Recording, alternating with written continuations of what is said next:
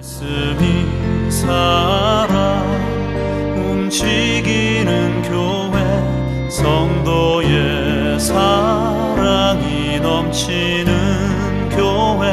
네, 성도 여러분 안녕하십니까? 네, 행복한 안식일입니다. 네, 오늘은 안식일이기도 하지만 또 무슨 날이라고요? 네, 어버이날입니다. 그래서 그런지요, 저희 의성이가 어린이집에 갔다 오면서 이런 거를 하나 가져왔습니다. 네, 카네이션입니다. 물론 선생님이 만드셨겠죠? 근데 의성이 손에 들려서 이렇게 저희 집으로 왔는데 제 마음이 얼마나 뭉클한지 왠지 모르게 가슴이 좀 따뜻해지는 것을 느꼈습니다.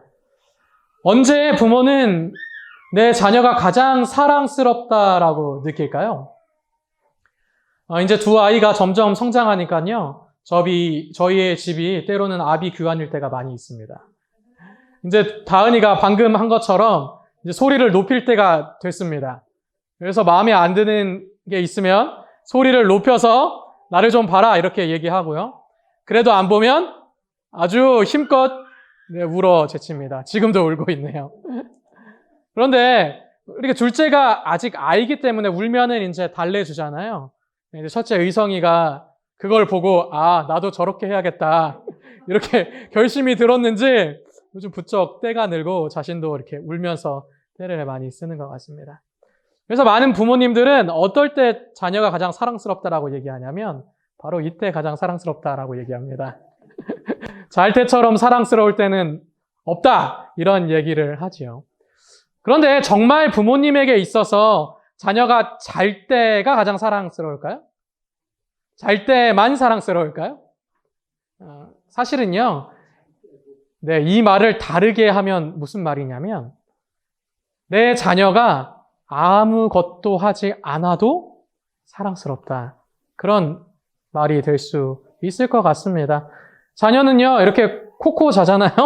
아무 일도 하지 않지만 그 모습을 보면서 나는 이 아이가 참 사랑스럽다. 난 이 아이를 사랑한다. 라고 하는 감정이 마음속에 샘솟게 되는 것입니다.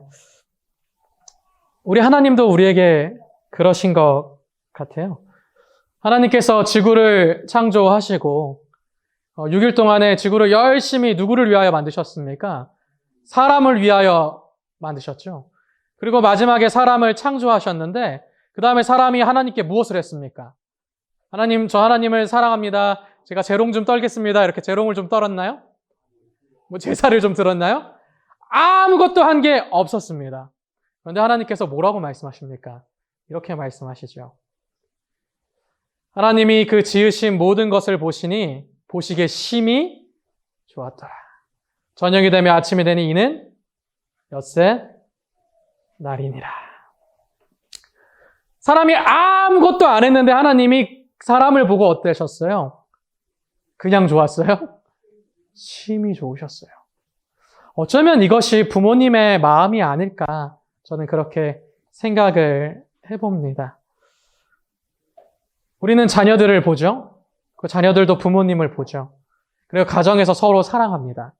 그 모습을 통해서 우리는 누구를 느끼냐면 하나님을 느끼게 됩니다. 부조와 선지자에 이렇게 말씀하십니다. 질서정연한 그리스도인 가정은 그리스도인 신앙의 실제에 대한 강력한 논증이다. 곧 불신자가 논박할 수 없는 논증이다.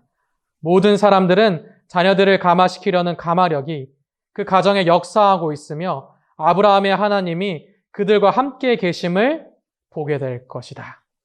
그리스도인이라고 공언하는 사람들의 가정들이 올바른 종교적 특성을 지닌다면 그들은 선을 위하여 유력한 감화를 끼칠 것이다. 그들은 참으로 세상의 빛이 될 것이다.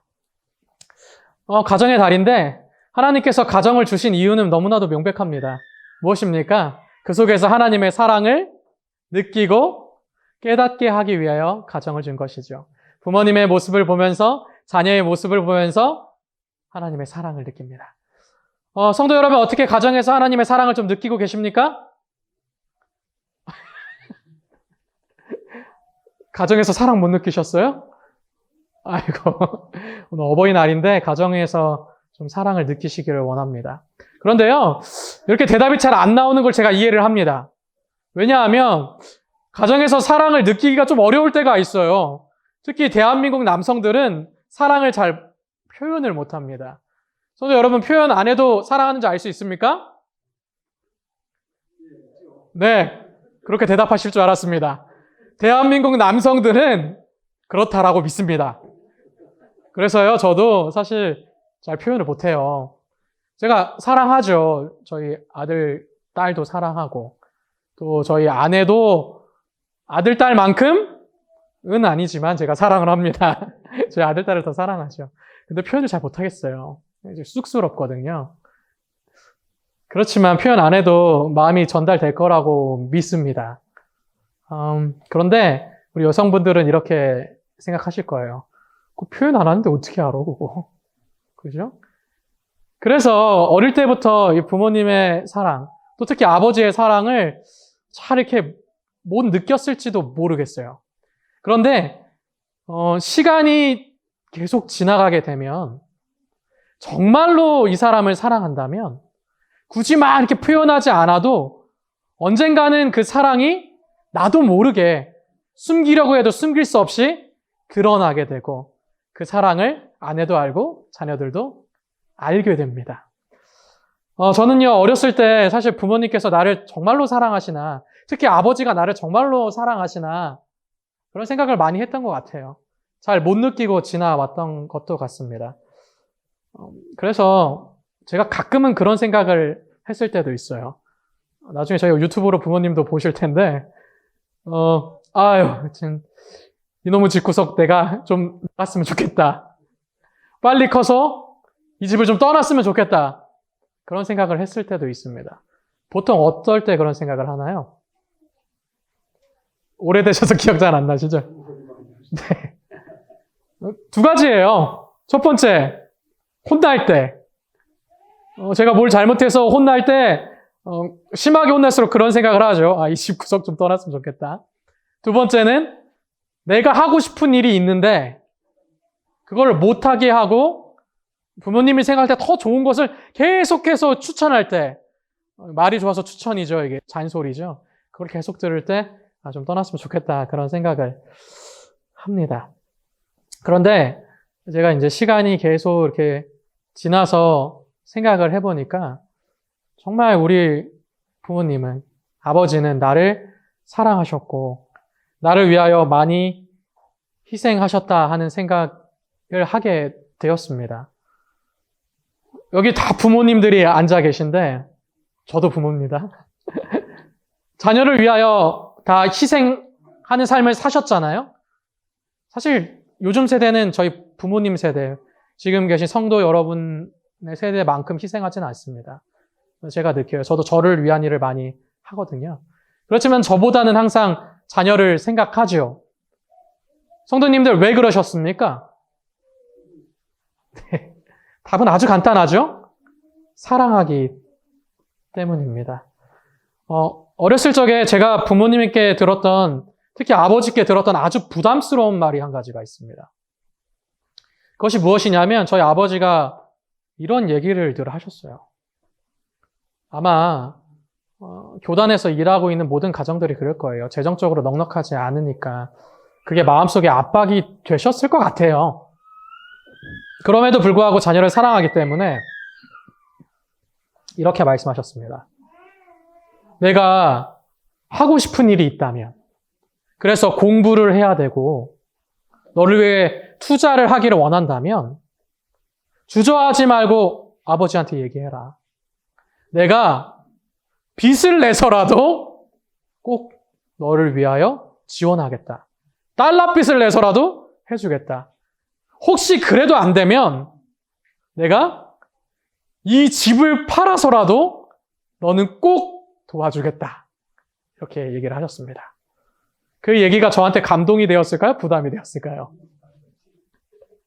이렇게 얘기하는데 너무나도 편안하게 그런 부모님이 나를 지원해 주시겠구나 생각하면서 공부 쉽게 할 수 있는 자녀 별로 없을 거예요. 저희 아버님 이거를 이제 유튜브로 보게 되신다면 그거는 좀 생각을 해주셨으면 좋겠어요. 그래도 우리 아들에게 그렇게는 얘기 안 라고 해요.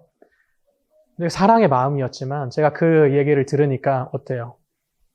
부담이 많이 됐어요.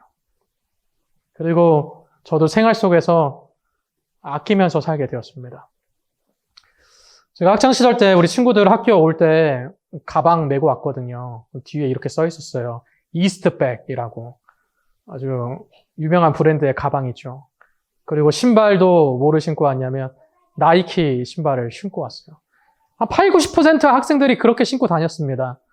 근데 저는요, 학창시절에 한 번도 그 가방을 맨 적이 없어요. 한 번도 나이키 신발 신어본 적이 없습니다. 부모님, 돈 많이 들까 봐요. 그래서 제가 지금 나이키 신발 신나 봐요. 그때 못 신어서 한이 돼가지고 저희 아들도 나이키 신발 신깁니다. 그냥 가게 가면 비싸니까 제가 청주 가면 아울렛이 있거든요. 그럼 합회 행사 있을 때 대전 가는 김에 청주까지 가서 그 신발 꼭 사옵니다. 그때 아꼈던 게 지금은 하고 싶나 봐요.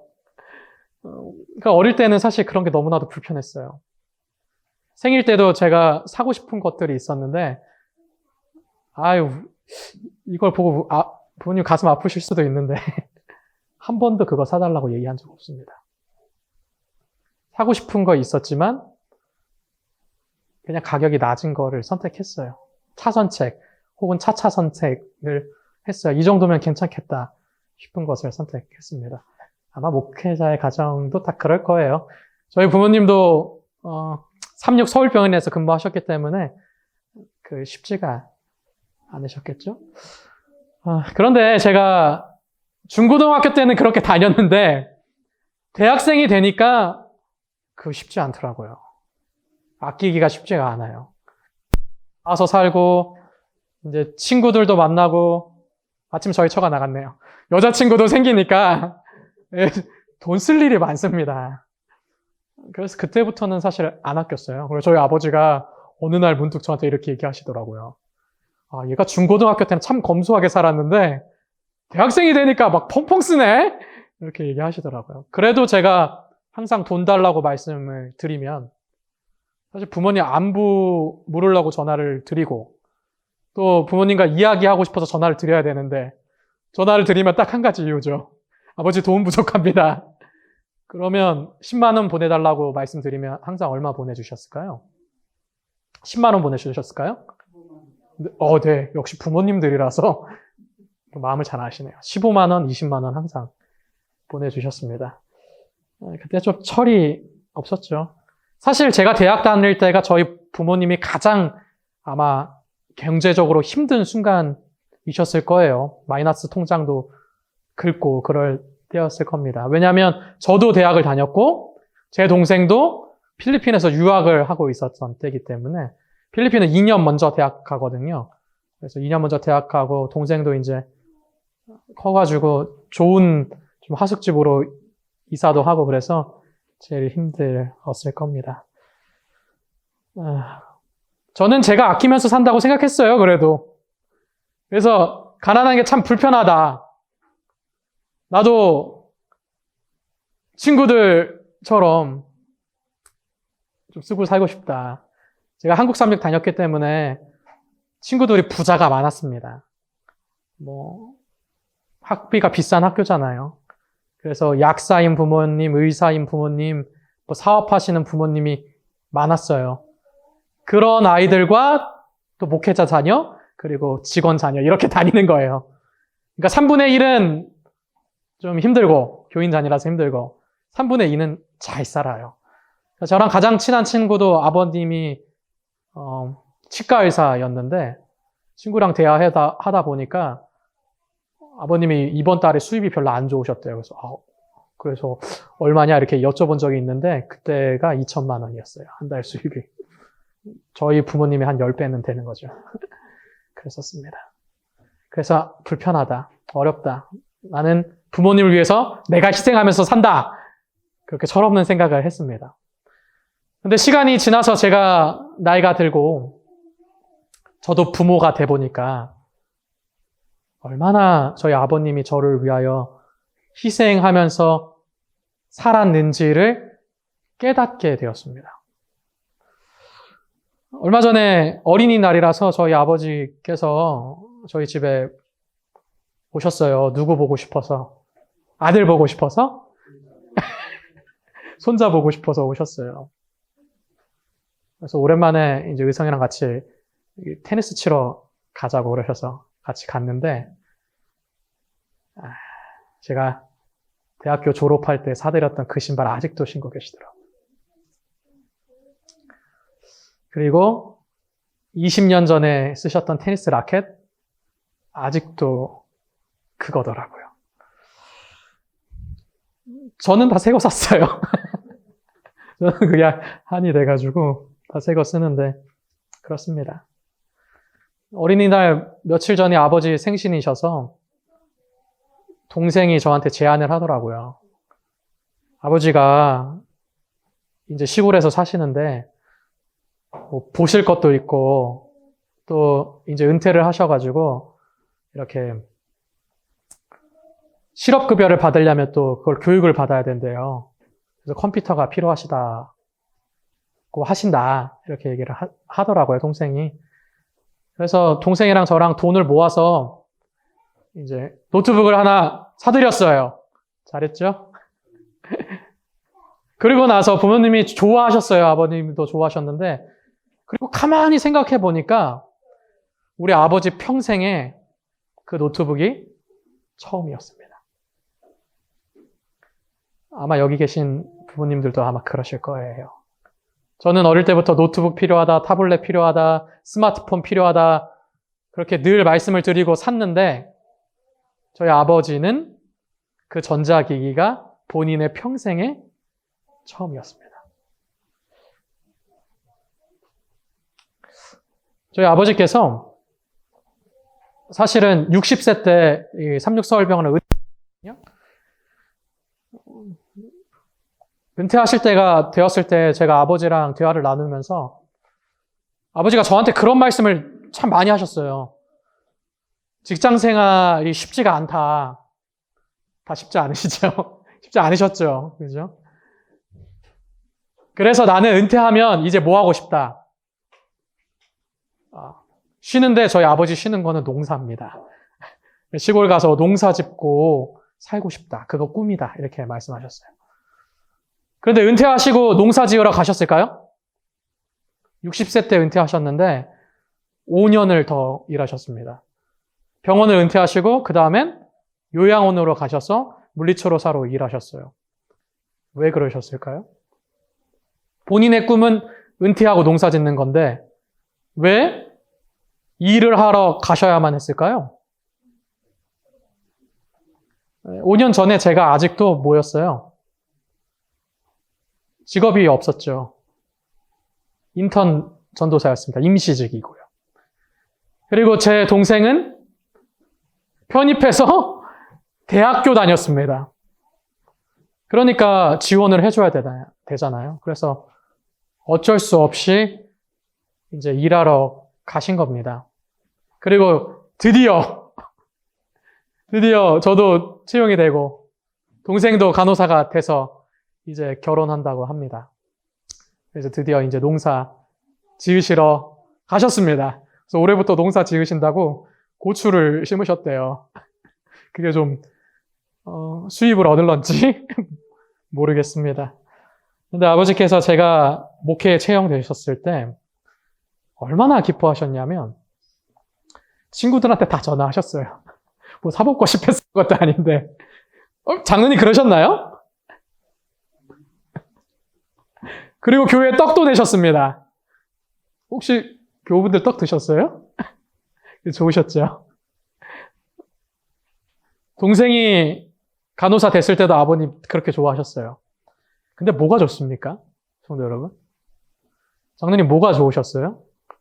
우리 전도사님 채용되셨을 때 뭐가 좋으셨습니까? 하나님의 종으로서 일한다고 생각하니까 그냥 모든 사람들이 나중에 신앙을 많이 하잖아요. 저는 모르겠지만 어쨌든 신앙 안에 있다고 하는 자체만으로도 저는 행복하기 때문에 매년 늦어도 이것이 끊임없이 주님 한번 된다는 그런 마음. 네, 아주 잘 들으셨죠? 못 들었어요? 신앙 안에 계속 있고 또 하나님의 종이 되어서 좋았다라고 말씀하셨어요. 근데 제가 들어보니까 그게 누가 좋은 거예요? 장로님이 좋은 거예요? 우리 전도사님이 좋은 거예요? 전도사님이 좋은 거예요. 장로님 좋을 거 뭐가 있어요? 그렇죠. 장로님이 좋을 게 하나 없는데 저희 아버지도 그렇고 장로님도 그렇고 좋으셨던 이유는 하나예요. 왜요? 자식이 잘 돼서 좋은 겁니다. 자식이 잘 돼서 좋은 이유는 뭡니까? 내가 자녀를 사랑하기 때문입니다. 그런데요, 제가 여러분께 비밀을 한 가지 말씀드리는데 자식이 잘 돼서 좋고 자녀를 사랑하는 사람이 아버지인데 그동안 표현은 많이 못했을지 모르겠지만요. 저에게는 사실 아버지가 두 분이십니다. 성도 여러분 알고 계셨어요? 우리 사회 사람들이 이야기를 들으면 목사님의 가정이 어떻게 복잡한가? 그렇게 생각을 하셨을지 모르지만 네, 성도 여러분이 알고 계신 것처럼 저에게는 사실 우리 아버지보다 더 저를 사랑하시는 하나님 아버지가 계십니다. 그 아버지도요, 우리 육신의 아버지보다 사실은 더 누가 잘 되기를 원해요? 자녀가 잘 되기를 원합니다. 그게 아버지가 원하는 전부예요. 우리는 그 아버지에게 뭐라고 불러요? 아바 아버지라고 부르죠. 갈라디아서 4장 6절에 너희가 아들인 거로 하나님이 그 아들의 영을 우리 마음 가운데 보내사 아바 아버지라 부르게 하셨느니라. 우리 아버지들이 자녀에게 바라는 거 다른 거 없습니다. 자녀가 나한테 엄청 잘해줘서 내가 자녀 덕을 봐서 부귀 영화를 누리겠다. 그럼 좋겠죠. 좋은데 부모님들은 그거 바라지 않아요. 뭘 바랍니까? 자녀가 잘 되고 자녀가 나와 사이가 좋고 서로 사랑하기를 원합니다.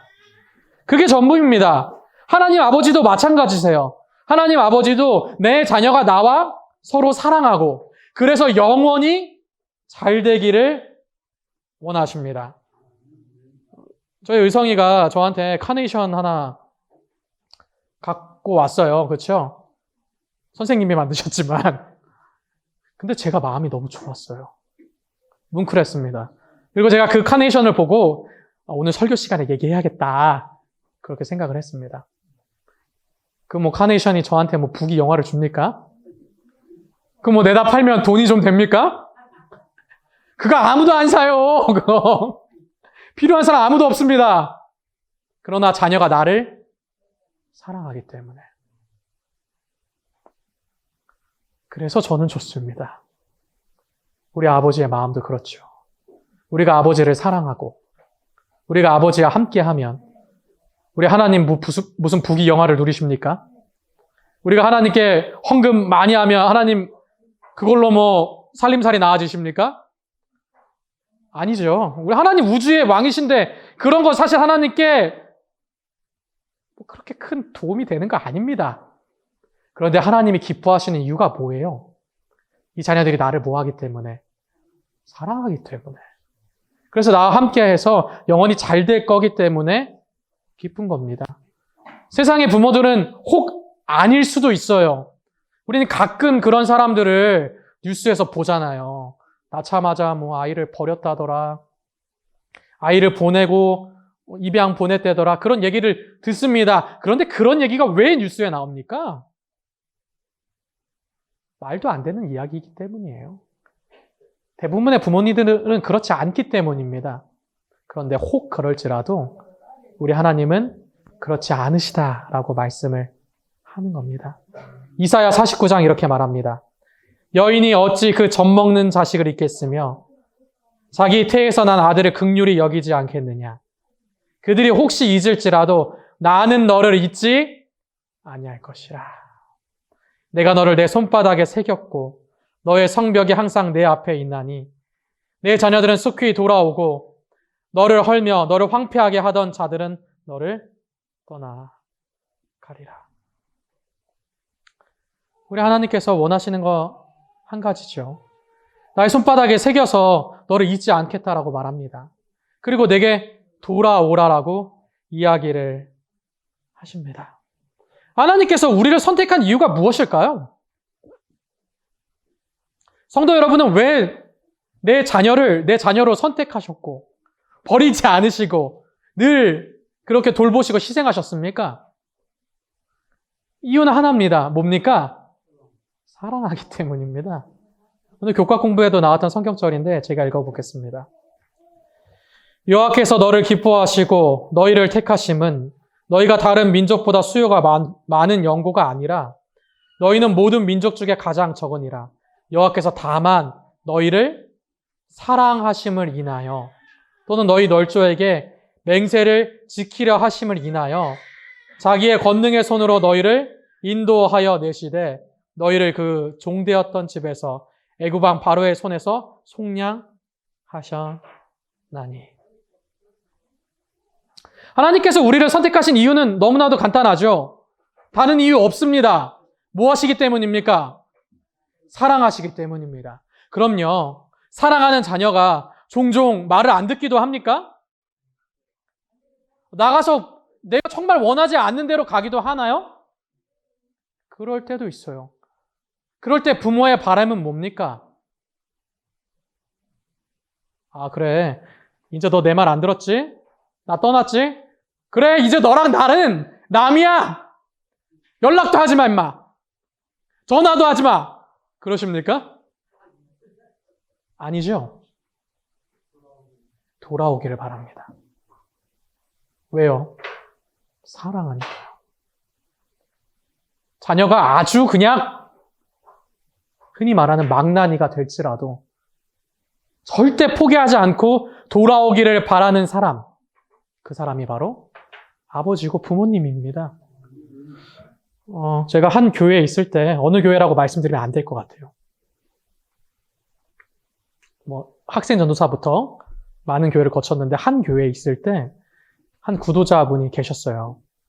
그런데 그 구도자분이 살던 집이 불이 났습니다. 그래서 교회에서 방문을 갔죠. 그래서 교회에서 우리가 헌금을 해가지고 작은 가건물을 이렇게 세워드렸습니다. 살 수 있도록요. 그런데 그 집에 불을 낸 사람이 누굴까요? 네, 거기 아들이 불을 냈어요. 아들이 술을 많이 마셔가지고 알코올 중독에 걸렸습니다. 그래서 하다 불을 낸 거예요. 그래서 교회가 교인들이 다 합심해서 집을 지어줬는데 그리고 아들에게도 술 좀 그만 마시고 끊으라고 이렇게 다 기도도 해주고 지원을 해줬는데 이 아들이 술을 끊었을까요? 안 끊었을까요? 하루는 이 구도자 어머니가 또 집에서 막 달려서 피신을 왔어요. 왜 피신을 왔을까요? 아들이 또 술 마시고 난리 폈기 때문입니다.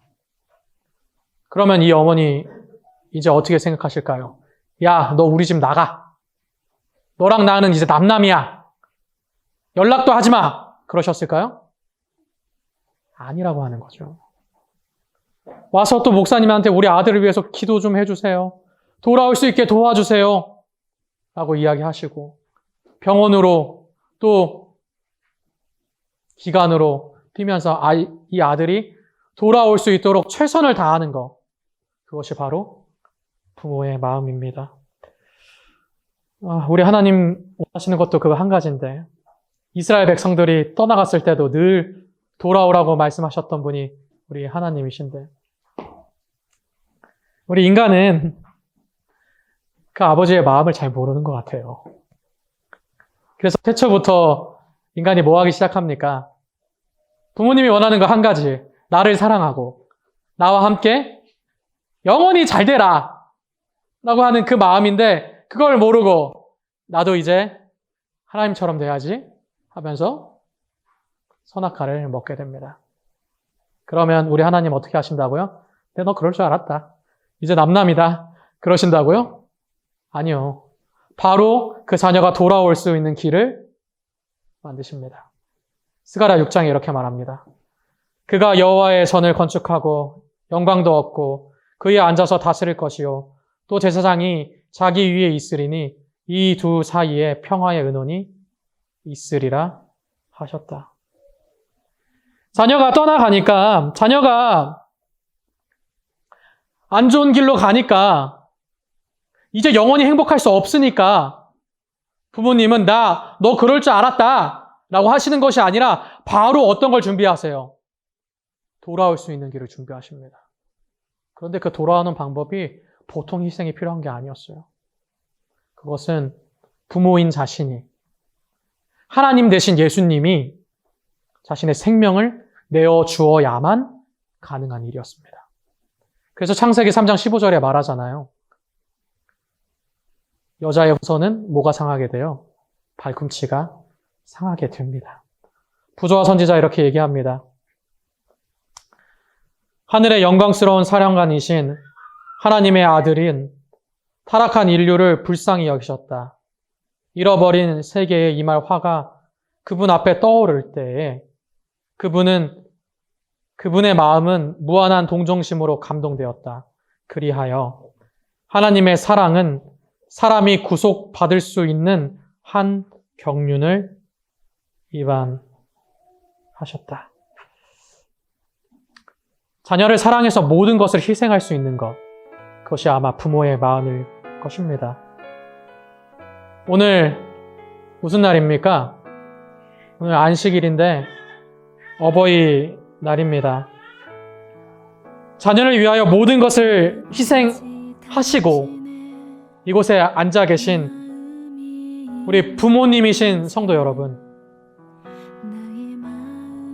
우리가 희생했던 사랑보다 더 우리를 위하여 희생하신 하나님 아버지의 사랑을 기억하는 안식일이 되자라고 성도 여러분께 말씀드리고 싶습니다.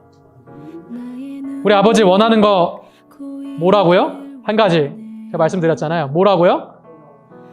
자녀가 잘 되는 거. 그렇죠. 돌아와서 자녀가 잘 되는 거. 그게 우리 아버지 원하는 유일한 한 가지입니다. 베드로후서 3장. 주의 약속은 어떤 이에 더디다고 생각하는 것 같이 더딘 것이 아니라 오직 너희를 대하여 오래 참으사 아무도 멸망치 않고 다 회개하기에 이르기를 원하시느니라. 돌아오기를 원하시느니라. 그래서 다 영원히 잘 되기를 원하시느니라. 하나님 아버지의 사랑을 기억함으로써 우리 아버지가 원하는 그 한 가지를 하게 되시는 저와 성도 여러분이 되기를 간절히 바라면서 말씀을 드리도록 하겠습니다. 아버지의 뜻이 될 수 있기를 나의 온몸이 아버지의 마음 알아 내 모든 삶 당신의